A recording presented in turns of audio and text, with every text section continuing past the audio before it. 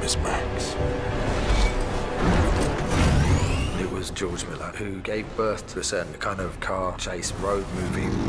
Now he's come back to reignite his world, which he started.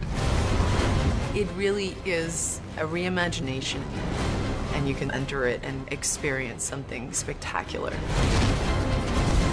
This whole world is so detailed, and his characters are fascinating. I live, I die, I live again! George is such a legend of cinema, and I loved stepping into George's world for 6 months.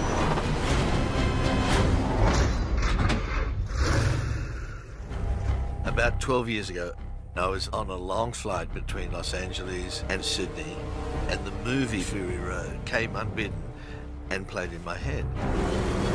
Here we go! And by the time I landed, I told my colleagues, I think I've got another Mad Max movie.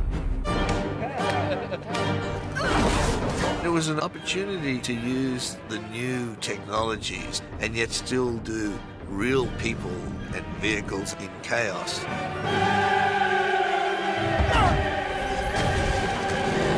Dramatizing a story that's in constant movement is very, very tricky.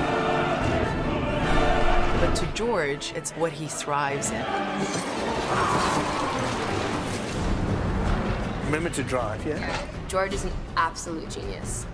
And he just puts his heart and soul into every detail.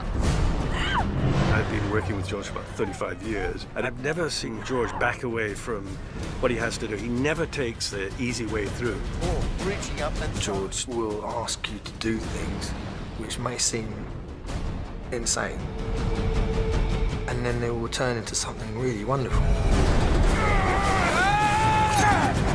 He flipped trucks and he blew things up and he attached people, including me, to things which were far too high.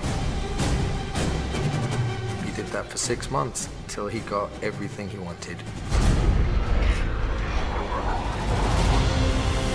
George kind of created a world that will satisfy his fans, but also a generation who might not know those movies.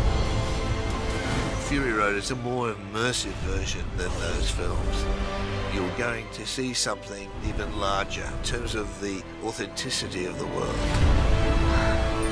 George has spent a lot of time working out everything in the Mad Max world. I think people are going to go berserk when they actually get a full glimpse of the rest of the thing. You're not really in a movie. You're in George's head.